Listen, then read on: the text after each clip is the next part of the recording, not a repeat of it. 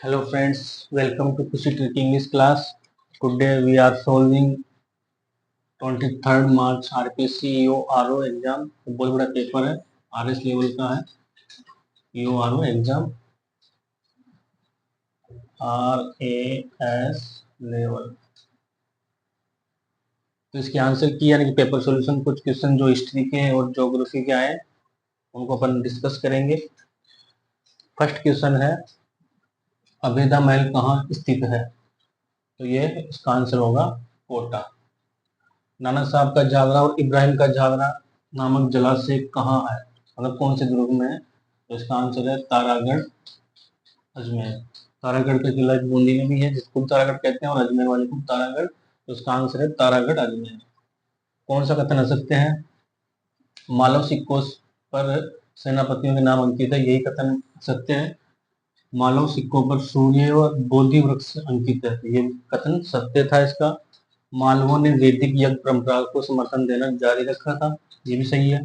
मालव संवत का प्रारंभ 78 ई यानी जिसको शक संवत भी कहते हैं से हुआ। तो ये 2 3 सही है, फर्स्ट वाला गलत है यानी कि ये वाला। कौन सा सही सुमेलित है? इस पेपर की खास बात ये रही कि इसमें सुमेलित है, सत्य है, असत्य है, कौन सा निष्कर्ष कथन। ये जो थोड़ा सा प्रश्न तो सरल ही थे लेकिन उनको डिफिकल्ट बनाया गया है। आरएस के जो पेपर आता है, जैसे भी आरएस का पेपर हुआ था, तो वो यूपीएससी लेवल का पेपर था, वो भी बहुत टफ था। उसमें भी बहुत बड़े बड़े यानी कि एक एक पेज के एक एक क्वेश्चन थे और ऑप्शन बहुत बड़े बड़े थे। सत्य असत्य सुमेलित है, कथन निष्कर्ष वाले प्रश्न थे, तो उसी तरह को इसको भी बनाया है और पेपर इजी था। लेट्स सी कौन सा सही सुमेलित है। तो जैसे राजरूपक की रचना है और वीरबाण उसके लेखक थे सूर्य प्रकाश कर्णिदान, राम रंजाट के सूर्यमल मिश्रण। ये तीनों ही सही थे, ये 1 2 और 3। राम रंजाट के सूर्यमल मिश्रण ने 10 वर्ष की उम्र में मतलब सबसे पहली रचना राम रंजाट ही थी। फिर है भूपेंद्र नाथ त्रिवेदी के अथक प्रयासों से बांसवाड़ा प्रजामंडल की स्थापना हुई। तो इसमें कौन से कथन सत्य थे? ये छांटना था।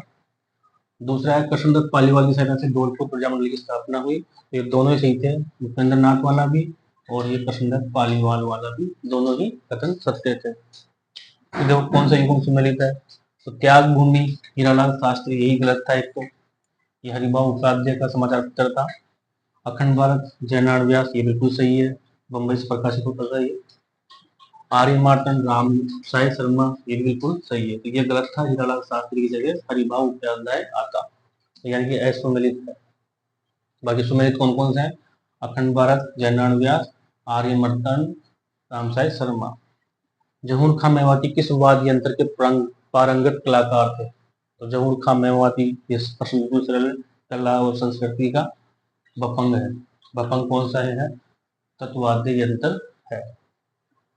फिर कौन सा सत्य है? तो आहड़ संस्कृति में ताम्र उपकरण, चूड़ियां, कुल्हाड़ी, अंगूठे के अवशेष मिले, ये बिल्कुल बात सत्य है। आहड़ संस्कृति बनास और उसकी सहायक नदियों के किनारे विकसित हुई, ये बात बिल्कुल सही है। यहाँ चावल के अवशेष मिले और जंगली जानवरों के साक्ष्य मिले, ये बात बिल्कुल सही है। आहड़ अपने कांस्य प्रचुर भंडार के लिए प्रसिद्ध है, यही बात गलत है क्योंकि ऊपर अपने लिखा है तांबा। तो ये आहड़ संस्कृति ताम्र संस्कृति के नाम से प्रसिद्ध है। यहाँ पे तांबे के उपकरण बहुत ज्यादा मिले, कांसे के नहीं मिले। निम्न में से कौन सा सुशीलवाद यंत्र है?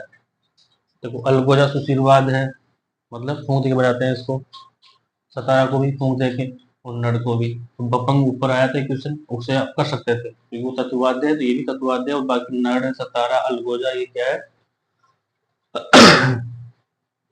अब सतारा में भी तार तो है, 27 तार होते हैं, लेकिन फिर भी ये क्या है?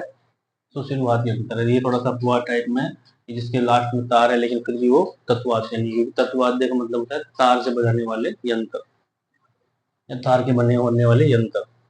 निम्न में से कौन से आंदोलन कांगड़ कांड का संबंध है? कौन से आंदोलन से? तो बीकानेर किसान आंदोलन से कांगड़ कांड संबंधित है।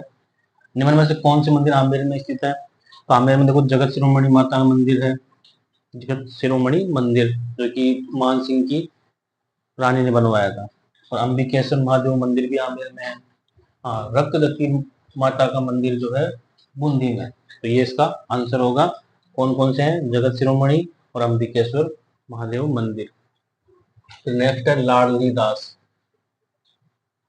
चित्रकार जो है किस चित्रकला शैली से संबंधित है? तो इसका आंसर होगा किशनगढ़ चित्रकला शैली। सवाई दास भी किशनगढ़ चित्रकला शैली से ही संबंधित है। लाडली दास और सवाई दास। हालांकि सवाई दास नहीं आया था एग्जाम में, तो लाडली दास आया था, लेकिन सवाई दास भी इससे याद रख सकते हैं। अब ये क्वेश्चन था मध्यकालीन और राज व्यवस्था, मतलब राजस्थान की मध्यकालीन राज व्यवस्था के अनुसार कौन सा कथन सत्य है?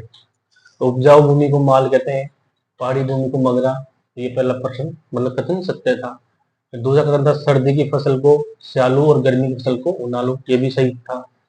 तीसरा कथन था कि कर निर्धारण, फसलों का कर निर्धारण किससे किया जाता था? लाता और पूता प्रणाली से। तो तीनों ही बातें इसमें सत्य थी। तो इसमें कौन सा सुमेलित है? तो देखो, बाऊ प्रतिहार वंश का था, रावसिया राठौड़ वंश का, बप्पा रावल बुहिल का, वासुदेव चौहान। ये चारों ही एक दो तीन चार, बाबा तेरी जय जयकार। राजस्थान आंदोलन समिति, जब ये राजस्थान का एकीकरण हुआ था, तो वर्ग राजस्थान का जब विलय हो रहा था, उस समय राजस्थान आंदोलन समिति बनाई गई थी। तो उसके अध्यक्ष कौन थे? तो राम मनोहर लोहिया, राजस्थान आंदोलन समिति के अध्यक्ष। ये वृहद राजस्थान का, राजस्थान संघ में एकीकरण जब हो रहा था तब की बात है। कौन से ब्रिटिश अधिकारी था जो बूंदी के राव राजा बिशन सिंह के समय सती प्रथा के लिए अथक प्रयास करता है? सती प्रथा के लिए उसने बहुत सारे प्रयास किए। तो वो था रॉबिन्सन। इसने सती प्रथा के लिए